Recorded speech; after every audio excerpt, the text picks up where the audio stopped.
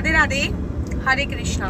कैसे हो आप सभी लोग? आशा करती हूँ आप सभी मंगल में होगे, स्वस्थ होगे, अच्छे होगे। तो नवरात्रे आने वाले हैं, 1 या 2 दिन शेष बचे हैं। तो देवी भागवत के अनुसार आज मैं आप लोगों को बता रही हूँ कि नवरात्रों की पूजा का संपूर्ण फल आप लोगों को कैसे मिलेगा, क्या करने से मिलेगा। देखिए, बहुत सारे यूट्यूबरों ने बहुत सारी बातें बताई होंगी, बहुत सारे कथावाचकों ने बहुत सारी बातें बताई होंगी। समय की कमी के कारण ये वीडियो मेरे को आज गाड़ी में बनानी पड़ रही है। तो जो मैं आपको बता रही हूँ, मेरा आपका दावा है कि इतनी डीप नॉलेज, मतलब इतना डीप अध्ययन पूरे यूट्यूब पर आपको कहीं भी नहीं मिलेगा। ये मैं 100% आपको दावे के साथ कह सकती हूँ। नवरात्रों में आप पूजा अर्चना वंदना बहुत करते हैं, 9 दिन की अखंड ज्योत जलाते हैं, माता रानी को प्रसन्न करने के लिए तरह तरह के उपचार करते हैं, बहुत सारे भोग बनाते हैं, माता रानी को श्रृंगार का समर्पित अर्पित करते हैं, जो बोते हैं, अखंड ज्योत जलाते हैं, भोग लगाते हैं, माता को बहुत सारी चीजें करते हैं, पूजा करते हैं, अर्चना करते हैं, वंदना करते हैं। लेकिन तब भी आपको पूजा का संपूर्ण फल नहीं मिलता। तब भी आपको लगता है कि न जाने हमसे क्या गलती हो गई है, माता रानी ने हमें पूजा का संपूर्ण फल नहीं दिया। तो मैं आज आपको बताती हूँ कि आप शास्त्र विधि से पूजा नहीं करते। नवरात्रों की पूजा करने की शास्त्र विधि कौन सी है, वही मैं आज आपको बताने जा रही हूँ। देखिए, देवी भागवत में और शिव महापुराण में इसका बहुत सुंदर वर्णन दिया गया है, जो मैं अक्सर अपनी कथाओं में बताती हूँ कि नवरात्रों में हम पूजा अर्चना वंदना सब कुछ करते हैं, लेकिन फिर भी हमें पूजा का संपूर्ण फल नहीं मिलता। संपूर्ण फल कैसे मिलेगा? क्योंकि हम पूजा शास्त्रीय विधि से नहीं करते। अगर हमें नवरात्रों की पूजा का संपूर्ण फल चाहिए तो हमें पूजा शास्त्रीय विधि से करनी बहुत ज्यादा आवश्यक है। और नवरात्रों की पूजा करने का शास्त्रीय विधि क्या है? अखंड ज्योत ठीक है अपनी जगह, ज्योत ठीक है अपनी जगह, माता रानी का आगमन ठीक है अपनी जगह, चौकी लगाना ठीक है अपनी जगह, कलश स्थापना करना अपनी जगह पे ठीक है। लेकिन हम एक बहुत बड़ी भूल करते हैं और उसी भूल को लेकर आज मैं ये कम्प्लीटली वीडियो बना रही हूँ। देखिए, जब आप वैष्णो देवी जाइए, मनसा देवी जाइए, चंडी देवी जाइए, माता रानी के किसी भी मंदिर में चले जाइए, माता आपको पिंडी रूप में विराजमान मिलेंगी। कौन कौन मेरे सब्सक्राइबर तो मैं क्या ही कहूँ, कौन कौन मेरे यूट्यूब परिवार का सदस्य ऐसा है जो वैष्णो देवी गया है। माता रानी के दर्शन किस में होते हैं? पिंडी रूप में। चंडी देवी गए होगे, माता रानी के दर्शन कैसे होते हैं? पिंडी रूप में। मनसा देवी गए होगे, माता रानी के दर्शन कैसे होते हैं? पिंडी रूप में। तो आपको नवरात्रों में करना क्या है? अपनी जो चौकी आपने बनाई है, कलश स्थापित किया है, उस चौकी के सामने ही, उस चौकी पर ही आपको 3 पिंडियां जरूर बनवानी है। माता रानी के नाम की, वैष्णो माता के नाम की 3 पिंडियां आपको अवश्य और अवश्य बनानी है। शास्त्र कहते हैं कि नवरात्रों की पूजा करने का संपूर्ण फल हमें तब प्राप्त होता है जब हम नवरात्रों में 3 पिंडियों की पूजा अर्चना वंदना पूरी शास्त्र विधि से करते हैं, तब हमें पूजा करने का संपूर्ण नवरात्रों में फल प्राप्त होता है। अब 3 पिंडियां आपको कैसे बनानी है? आप चाहें तो नारियल की 3 पिंडियां बना सकते हैं, अर्थात नारियल को 3 जगह पे आप रख सकते हैं, उस पे रोली मोली कलावा बांधकर, मतलब कलावा तो रोली मोली इत्यादि वस्त्र होता है। तो आप नवरात्रों में 3 पिंडियां या तो आप नारियल की बना सकते हैं। नित्य प्रतिदिन जब आपने प्रथम दिन ही 3 पिंडियां, जैसे प्रथम दिन आपने चौकी स्थापना करी, चौकी आपने लगाई, चौकी लगाने के बाद 3 पिंडियां आपने बनाई, आपने कलश स्थापना करी, वहां पे जो गए वहीं उसी टाइम पे आपको 3 पिंडियां रख लेनी है। या तो फिर आप नारियल की रख लो, या फिर आप मिट्टी की, पीली मिट्टी की या फिर चिकनी मिट्टी की या फिर मिट्टी की 3 पिंडियां अवश्य बनाइए। पिंडी 1, पिंडी 2, पिंडी 3। और जैसे ही आप माता रानी की पूजा करते हो, जैसे ही आप माता रानी के स्वरूप की पूजा करते हो, उनको रोली मोली चंदन इत्यादि वस्त्र समर्पित करते हो, वैसे ही उन 3 पिंडियों की भी आपको पूजा अर्चना वंदना करनी है। रोली मोली इत्यादि वस्त्र समर्पित सब कुछ आपको करना है। अब आप कहोगे दीदी उनके वस्त्र हम कहाँ से लेके आएंगे? तो जब सत्यनारायण की कथा होती है महाराज, तो पंडित जी क्या कहते हैं? कलावा तोड़ते हैं और क्या कहते हैं? वस्त्रम समर्पयामि, यही बोलते हैं ना।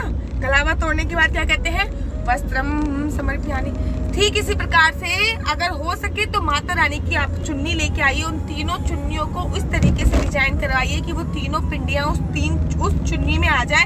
अगर वो पिंडियां आप ऐसा डिजाइन नहीं करवा सकते हैं तो आप ऊपर से चुन्नी उड़ा दीजिए, वैसे भी नहीं कर सकते तो कलावा आप तोड़ के कलावे और पिंडी पे लपेट दीजिए, चाहे तो नारियल की पिंडी पे लपेट दीजिए, चाहे मिट्टी की पिंडी पे आप कलावा लपेट दीजिए। और माता रानी को आप तिलक लगाइए, कुमकुम लगाइए, चंदन लगाइए, रोली लगाइए, गंगा जल डालिए, मतलब जो भी आप पूजा करते हैं जैसे वैसे आपको पूजा करनी है। अगर आपको पूजा विधि भी नहीं पता तो मुझे कमेंट कीजिए, मैं आपको पूजा विधि भी संपूर्ण तरीके से बताऊंगी।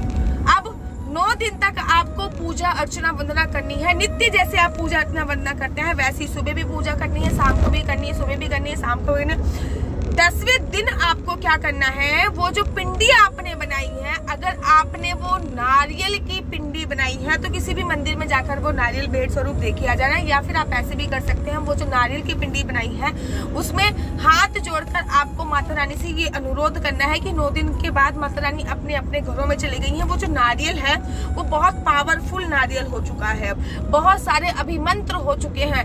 रोज डेली आप नित्य दुर्गा सप्तशती कर रहे हो, माता रानी की पूजा कर रहे हो, अनेकों मंत्र पढ़ रहे हो, तो वो सोचिए जो नारियल है वो कितना ज्यादा अभिमंत्रित हो गया। उस नारियल को फोड़िए और उस नारियल को प्रसाद स्वरूप आप लोग ग्रहण कीजिए। क्यों? क्योंकि प्रथम दिन जब आपने माता रानी का नारियल पे स्वरूप बनाया था, नारियल पे आगमन किया था, तो नारियल की प्राण प्रतिष्ठा आप ये समझ लीजिए कर लेते हैं। कहते हैं मंत्रों द्वारा हम माता रानी का आगमन करते हैं। और 9वें दिन माता जी अपने धाम वापस चली जाती है। 10वें दिन क्या रह जाता है, प्रसादम रह जाता है। तो 10वें दिन वो प्रसाद आपको धारण करना है, अपने परिवार वालों को धारण कराना है। इससे आपके 3 प्रकार के जो दुख होते हैं, देविक देहिक भौतिक तापा, राम राज का हूँ नहीं व्यापा, अर्थात 3 प्रकार के जो दुख है हमारे शरीर में, तीनों प्रकार के जो दुख थे वो खत्म हो जाते हैं। हमारा शरीर एकदम स्वस्थ हो जाता है। हमारे शरीर मस्तक पे उसका पानी अवश्य लगाइए। कहते हैं कि मस्तक पर उन पिंडियों का गंगा जल पानी लगाने से हमारे जो दुर्भाग्य की लकीरें हैं वो सौभाग्य में बदल जाएंगी, और जो सौभाग्य की लकीर है महाराज वो परम सौभाग्य में बदल जाएंगी। अब आपने अगर मिट्टी की पिंडी बनाई है तो उसका क्या करना है। इफ इन केस आपने मिट्टी की पिंडी बनाई है तो 10वें दिन आपको सुबह सुबह उस मिट्टी की पिंडी को हल्का सा अपनी जगह से हिलाना है, और एक आपको लोटा लेना है, लोटे में जल भरना है और जल में मिट्टी की पिंडी को प्रवाहित कर लेना है।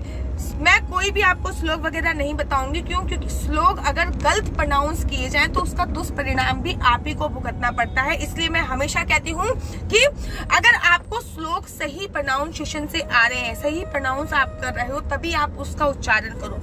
अगर सही प्रोनाउंस नहीं कर रहे हो तो उसका उच्चारण मत करो। हाथ जोड़कर सिंपल तरीके से आपको बोलना है, माता रानी 9 दिन तक आपने हमारे घर पे कृपा दृष्टि बनाई रखी, ऐसे ही आगे कृपा दृष्टि बनाई रखी, लेकिन कृपया अब भी अपने आप का धाम जा चुकी हो, आपके धाम जाने का वक्त आ गया, लेकिन आपको हमारे घर पे कृपा दृष्टि बना के ही रखनी है। थोड़ी देर बाद आप देखोगे मिट्टी पानी में घुल जाएगी, उसको किसी भी गमले में डाल दीजिए। किसी भी गमले में आप वो पानी मिट्टी डाल सकती है। अगर आप इन केस मुझसे ये भी जानना चाहते हो, मैं आपको एक बात और क्लियर कर दूं। लोग क्या करते हैं, जो उगाते हैं उनको यमुना जी में प्रवाहित करा के आ जाते हैं, गंगा जी में प्रवाहित करा के आ जाएंगे। जो 9 दुर्गा आती है, कन्या स्वरूप जो देवियां आती हैं, उनके पैर पूज लेते हैं, उनको दे देते हैं।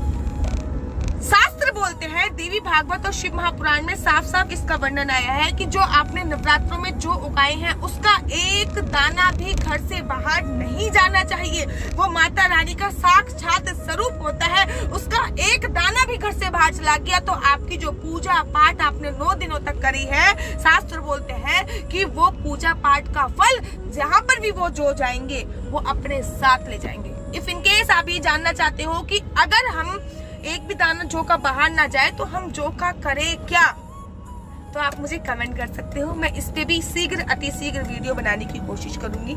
और कैसी लगती है आपको मेरी वीडियो? अगर आपको मेरी वीडियो अच्छी लगती है तो आप अपना YouTube चैनल हरी बोल को लाइक शेयर सब्सक्राइब करना बिल्कुल भी मत भूलिए। देखिए मेरे पास समय की बहुत बड़ी कमी होती है, फिर भी मैं आप फेस से मेरे देख पा रहे होंगे कि मैं थोड़ी सी थकी हुई भी हूँ, इस समय ट्रैवल भी कर रही हूँ, लेकिन फिर भी मुझे लगता है कि जो भी मेरा परिवार है उसके लिए अच्छी वीडियो मैं बना सकूं, जो जानकारी मेरे पास है वो जानकारी मैं आप लोगों को उपलब्ध करा सकूं। तो आपका भी दायित्व बनता है कि इस YouTube चैनल को आपको शेयर करना चाहिए, YouTube चैनल को सब्सक्राइब करना चाहिए। जो जानकारी है, कहते हैं ज्ञान बांटने से बढ़ता है।